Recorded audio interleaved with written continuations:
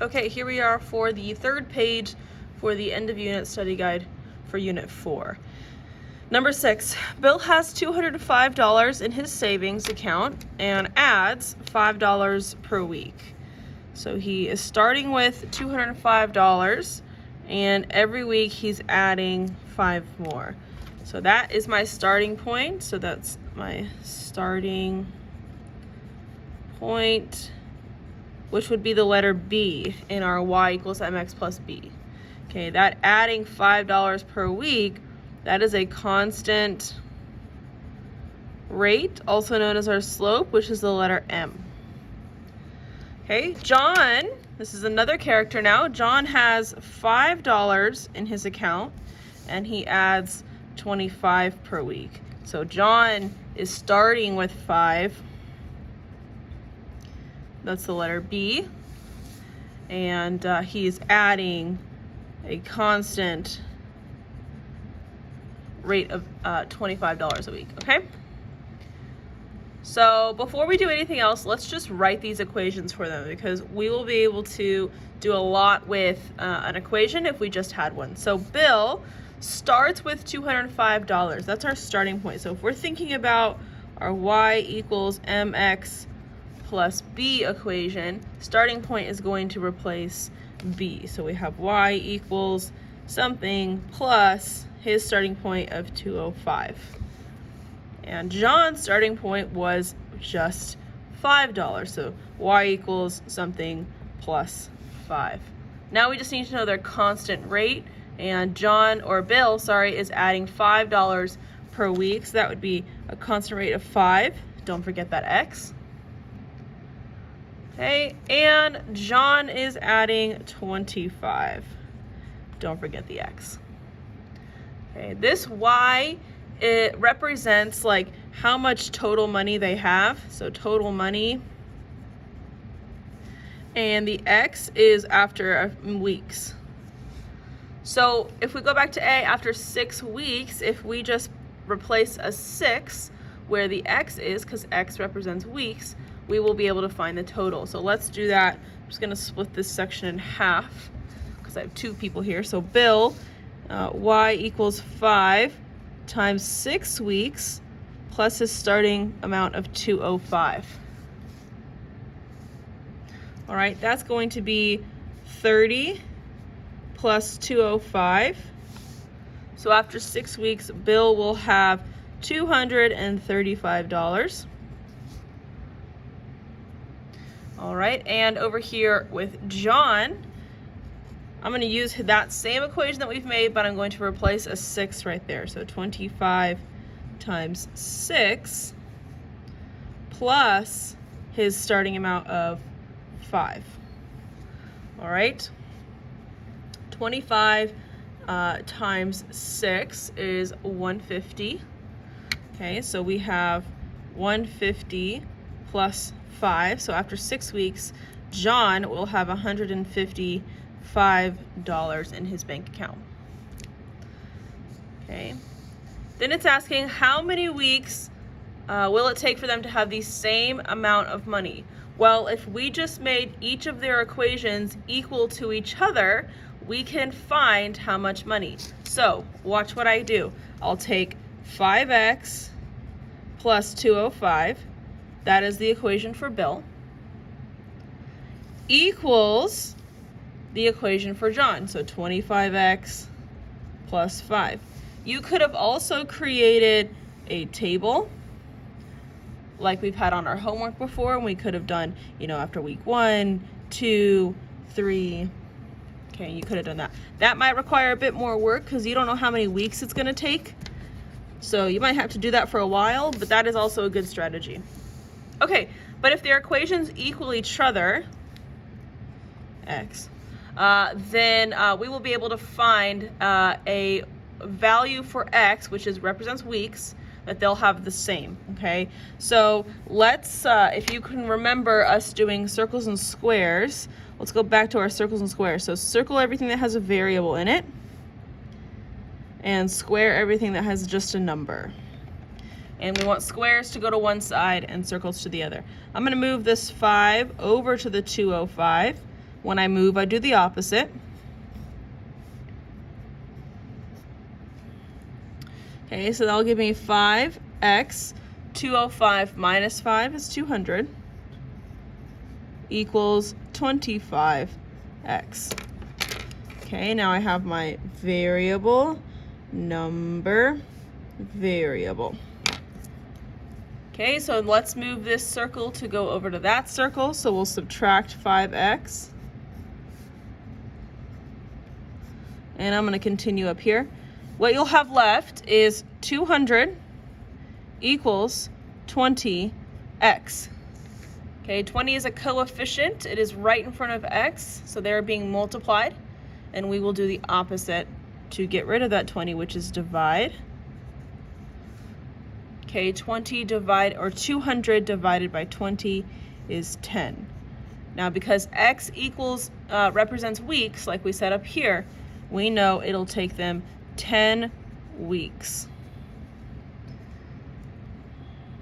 Okay, it'll take them 10 weeks to have the same amount of money. It does not ask us how much money, so we don't need to find y, which is total amount of money. We just need to know after how many weeks are they going to have the same amount. Okay. Number 7, solve the following system by graphing. First thing we need to know about graphing is our lines, our equations must be in the y equals mxb slope intercept form. That's when it says y equals. Okay, so let's just check our equations. Yeah, we have y equals, that's ready to graph. We're good for that one. And y equals. So both of these are ready to graph. I'm just going to highlight the y-intercepts in yellow. So y-intercepts are always back here.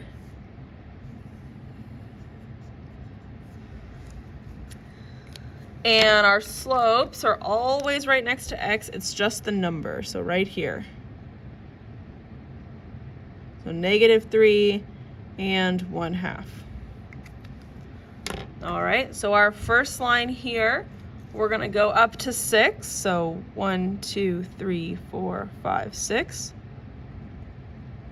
And a slope of -3 would be down 3 over 1.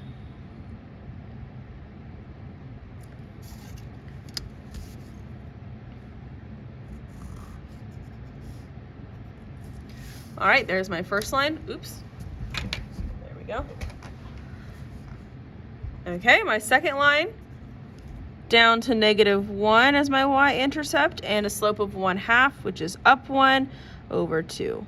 Up 1 over 2. Up 1 over 2.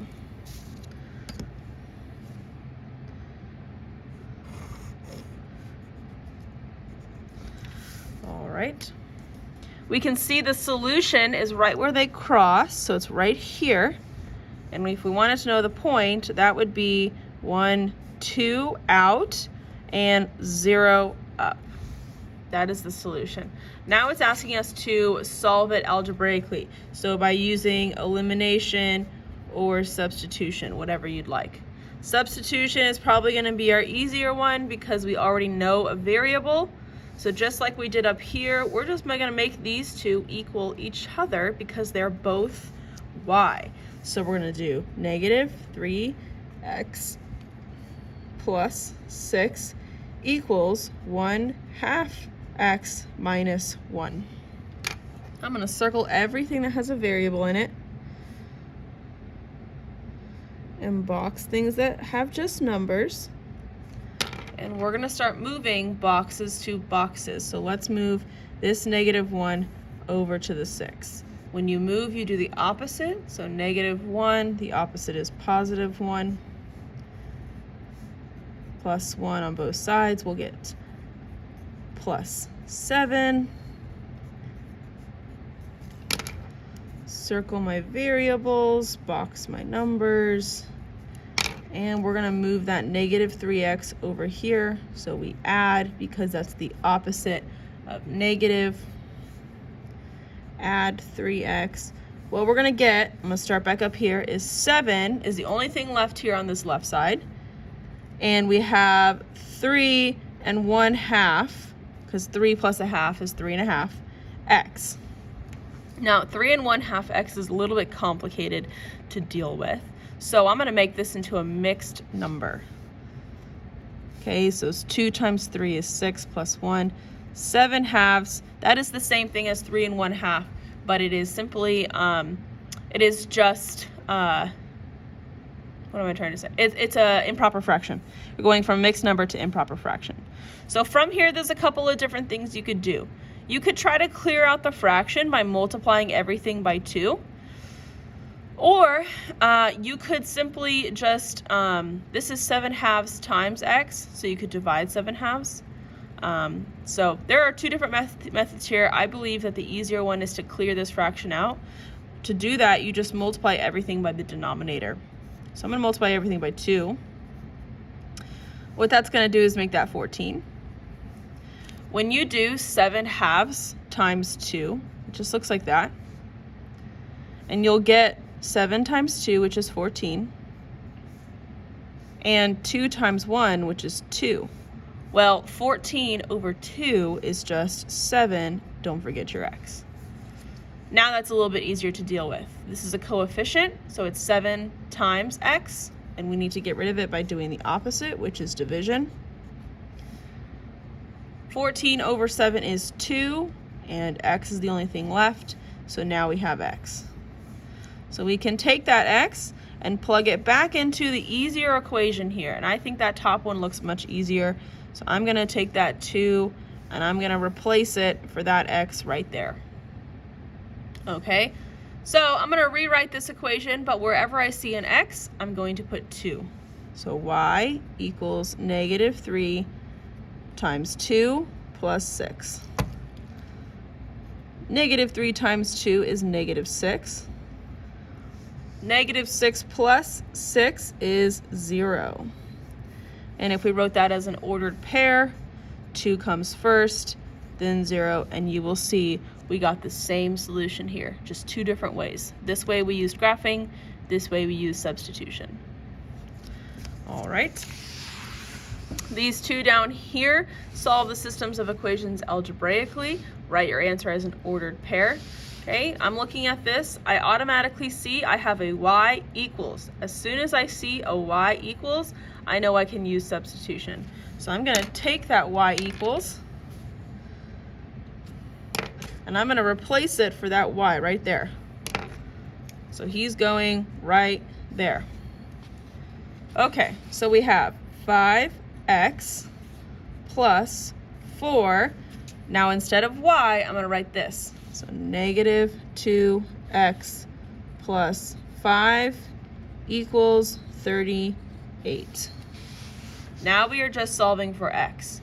I see parentheses, so my first step is to distribute.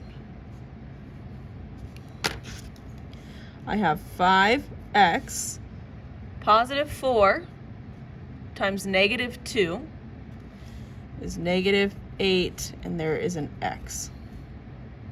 Then I have positive 4 times positive 5 is positive 20. Okay, I distributed. Now I need to combine. That is 5 minus 8. Okay, so it is a -3x.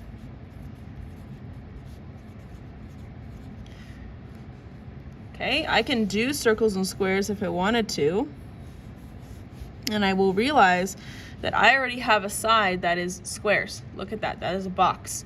So that box with that number needs to meet over there. So let's move that 20 over there. When we move, we do the opposite.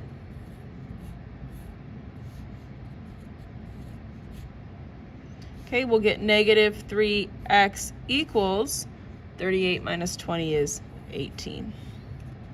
-3 is a coefficient, so that says -3 times x. We'll get rid of it by doing the opposite. X equals 18 divided by 3 is 6, and I see just one negative, so it is negative. Now I'm going to pick the easiest equation I can see, which is probably this one. Take that -6 and replace x for -6. So it'll look like y equals -2 times -6 plus 5. -2 times -6 is 12, positive, because negative times times negative, plus 5, and 12 plus 5 is 17. So the ordered pair, negative 6 comes first because it's x, and 17 comes second. All right, the second one, we had changed 37 to be 41, so don't forget about that change.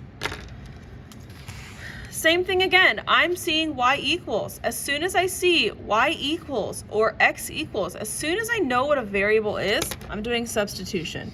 So I see my y here. Sorry, my classroom lights turn off. Okay.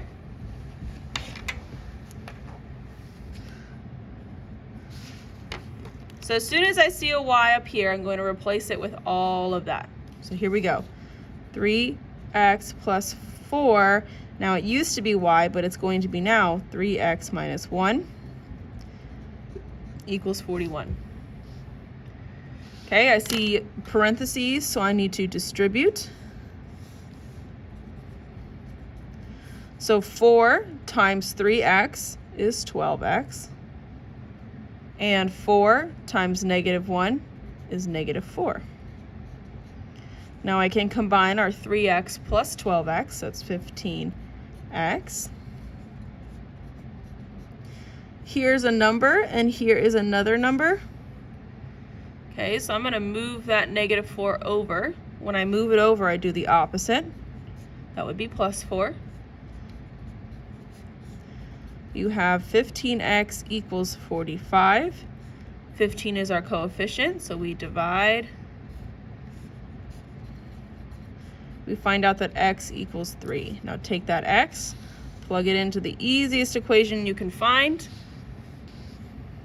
Y equals 3 times 3 minus 1. You'll get 9 minus 1. Y equals 8. Ordered pair, x comes first, then y. All right, and look to the last video for the page number 4.